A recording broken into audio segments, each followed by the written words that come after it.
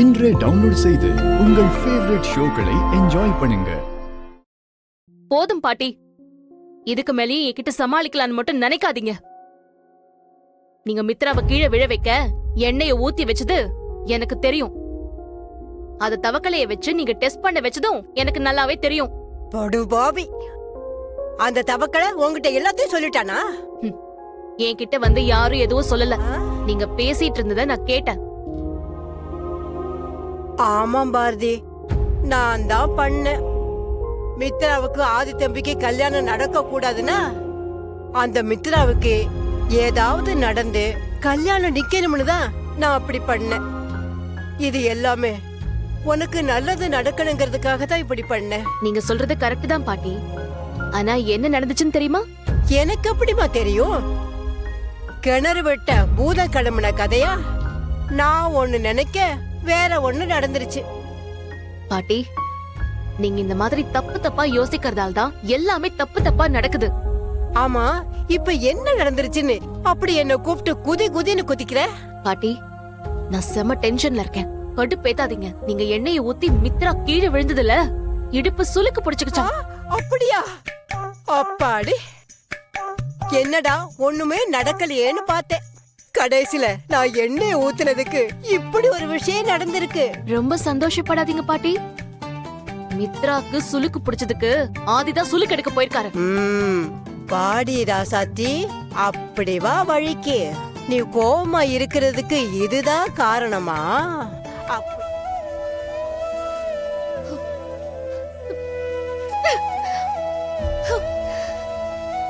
நான் ஏன் இப்படி எல்லாம் நடந்துக்கிறேன்? யார் எப்படி போனா எனக்கு என்ன?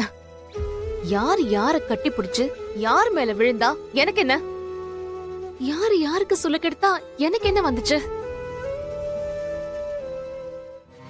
அண்ணி, நீங்க இங்க இருக்கீங்க, நான் உங்களை அங்கெல்லாம் தேடிட்டு இருந்தேன். என்ன விஷயம்? அதான் உங்களுக்கு எல்லாம் நிறைய வேலை இருக்குமே, அதை விட்டுட்டு என்ன எதுக்கு தேடி வந்தீங்க? எந்த வேலைய பத்தி சொல்றீங்க? தவக்கல, நான் செம்ம டென்ஷன்ல இருக்கேன். என்கிட்ட வாங்கி கட்டிக்காத. ஆட போங்க நீ.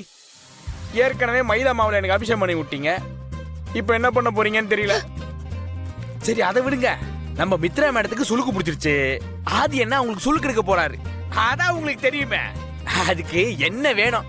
நான் போய் பாட்டி கிட்ட என்ன கேட்டேன். உங்ககிட்ட தான் ஸ்பெஷல் ஆயில் இருக்காமே, அதை கொஞ்சம் கொடுத்தீங்கன்னா ரொம்ப உதவியா இருக்கும். அண்ணி, எதா இருந்தாலும் பேச்சு பேச்சாதான் இருக்கணும், கலவரம் பண்ண கூடாது. நீங்க ரொம்ப நல்லவங்க, அதை அப்படியே மெயின்டைன் பண்ணுங்க. அதுதான் எல்லாருக்கும் நல்லது. ஒண்ணு பண்ணுங்க, நீங்க அந்த எண்ணெய் எடுத்துக்கிட்டு மித்ரா மேடம் ரூமுக்கு வந்துருங்க. மித்ரா, உன் உடம்புல இப்ப எந்த இடத்துல சுளுக்கு இருக்கோ அந்த இடத்துல வலி போற மாதிரி எண்ணெய் ஊற்றி மசாஜ் பண்ணி அப்படியே அந்த சுளுக்கு இருக்கிற அந்த இடத்த பிடிச்சி இழுத்தோன்னு வச்சுக்கோயேன், சுளுக்கு டக்குன்னு காணாம போயிடும்.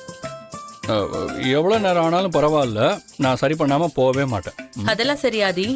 கரெக்டா சுளுக்கு பிடிச்சிருக்கிற இடத்த எப்படி கண்டுபிடிப்பீங்க? அதுவா நந்தினி, சுளுக்கு இருக்கிற இடத்த சுத்தி அப்படியே கொஞ்சம் கொஞ்சமா எண்ணெயை ஊத்தி அப்படியே மெதுவா அழுத்தி அழுத்தி அழுத்தி பார்த்தோம்னா சுளுக்கு எங்க இருக்குன்னு தெரிஞ்சிடும்.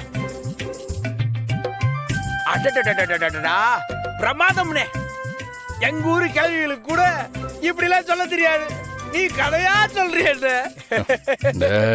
அண்ணா, நிஜத்தை தான் சொன்னேன். ஐயோ ஆண்டவா, நான் இருக்கிற நிலைமை தெரியாம ஆளுக்கு ஊரு கிளவிங்க கதையெல்லாம் பேசிட்டு இருக்கீங்க.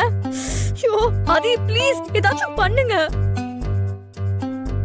இதோ இப்ப ஸ்டார்ட் பண்ணிடுறேன் மித்ரா, என்னைக்காக தான் வெயிட்டிங்.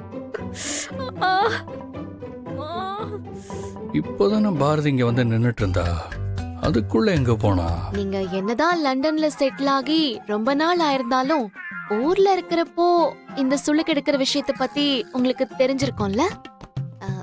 அது ஒரு தனி கலை. தெரியாதவங்க இல்ல இதுல பெருசா அனுபவம் இல்லாதவங்க இதெல்லாம் பண்ண போய் அது தப்பாயிடுச்சுன்னா அப்புறம் எல்லாருக்குமே கஷ்டமா போயிடும். மித்ரா மேடத்துக்கு வேற நீங்க கல்யாணம் வச்சிருக்கீங்க. இந்த மாதிரி சமயத்துல இந்த விஷ பரீட்சையெல்லாம் தேவையான் தான் நான் யோசிக்கிறேன். நீ கரெக்டா தான் சொல்ற. ஆமா மித்ரா எங்க இருக்கா?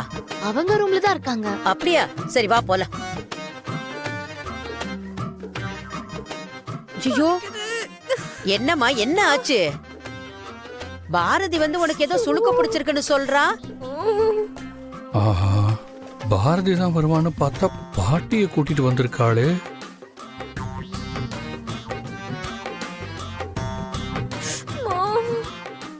நந்தினி, என்ன நடக்குதுங்க? ஆதி மாப்ள, நீங்க தான் மித்ராவுக்கு சுளுக்கு எடுக்க போறீங்களா? ஏன் நந்தினி, நீயாவது ஒரு வார்த்தை என்கிட்ட சொல்லி இருக்க கூடாதா? பாட்டி, நீங்க போன் பேசிட்டு இருந்தீங்க. சரி, உங்களை வந்து டிஸ்டர்ப் பண்ண வேண்டான்னு தான் ஹாஸ்பிட்டல் போகணும்னு ஆதி கிட்ட கேட்டேன். ஆனா அவரே பாத்துக்கிறேன்னு சொல்லிட்டாரு. நந்தினி, நீ ஏன் இவ்வளவு பொறுப்பு இல்லாம இருக்க? என் பேத்திய பாத்துக்கறத விட எனக்கு வேற வேலை என்ன இருக்கு? ஏன் மாப்ள, நீங்க தான் மித்ராவுக்கு சுளுக்கு எடுக்க போறீங்களா? ஆமா பாட்டி, இப்பெல்லாம் இந்த மாதிரி சின்ன சின்ன விஷயத்துக்கு ஹாஸ்பிட்டல்லாம் போகவே தேவையில்ல. நானே பண்ணிக்கலான்னு டிசைட் பண்ணிட்டேன். நீங்க மித்ராவுக்காக இவ்வளவு தூரம் யோசிக்கிறது நல்ல விஷயம்தான். சுளுக்கு எடுக்கிறது எப்படின்னு எங்க பாட்டி எனக்கு சின்ன வயசுலயே நல்லா கத்து கொடுத்திருக்காங்க. கிழிஞ்சது. நானும் கிராமத்துல இருந்த வரைக்கும் வீட்ல இருக்கிற எல்லாருக்கும் சுளுக்கு பிடிக்கிறப்ப நான் தான் சரி பண்ணுவேன். அதனால மித்ராவுக்கு சுளுக்கு எடுக்க எனக்கு தெரியும். அது சரி, ஏன் மித்ரா காலையில வழிக்கு விழுந்தேன்னு சொன்னியே, அப்பதான் உனக்கு இடுப்பு பிடிச்சுக்கிச்சா? இல்ல பாட்டி, கொஞ்ச நேரத்துக்கு முன்னாடி வேகமா நடந்து வந்துட்டு இருந்தேன். திடீர்னு இங்க பிடிச்சிருச்சு. ஐயோ, நடக்கவும் முடியல, எழுந்திருக்கவும் முடியல. ஆனா இங்க ஆளுக்கு பேசிக்கிட்டு இருக்காங்க. ஏதாச்சும் பண்ணுங்களேன். ஐயோ, என்னால வலி தாங்க முடியல. சரி சரி சரி சரி, நான் தான் வந்துட்டேன்ல. மாப்பிள, நீங்க எல்லாரும் கொஞ்சம் வெளியில இருங்க. சரி போங்க சரி, பாத்துக்கோ. போங்க போங்க. பாட்டி ரொம்ப வலிக்குதுன்னு சொல்றா, பாத்துக்கோங்க. நான் பாத்துக்கிறேன். ஆ. மா, குடு. ஐயோ ஐயோ. இல்ல, நான் தெரியாம தான் கேக்குறேன். ராஜேஸ்வரி மேடம் வந்து பாத்துக்கிறேன்னு சொல்றப்போ இல்ல மித்ராவை நானே பாத்துக்கிறேன்னு சொல்லிருக்க வேண்டியதானே? உங்களுக்கு கிடைச்ச சான்ஸ மிஸ் பண்ணாம சுளுக்கு எடுத்துட்டு கெமிஸ்ட்ரிய ஒர்க் அவுட் பண்ணிருக்க வேண்டியதானே? ஓகே ஓகே, இப்போ எதுக்கு நீங்க இவ்வளவு டென்ஷன் ஆவறீங்க? எனக்கு எந்த டென்ஷனும் இல்ல சார்.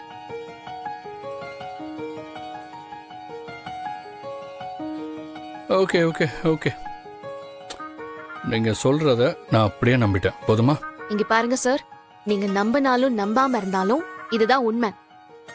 இதுக்கெல்லாம் உங்களுக்கு விளக்கம் கொடுக்கற அவசியம் எனக்கு இல்லைன்னு நினைக்கிறேன்.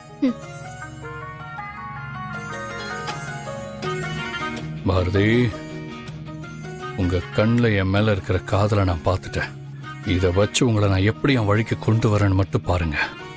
என்கிட்ட இருந்து ஓடவும் முடியாது, ஒளியவும் முடியாது. ஐ அம் வாட்சிங்.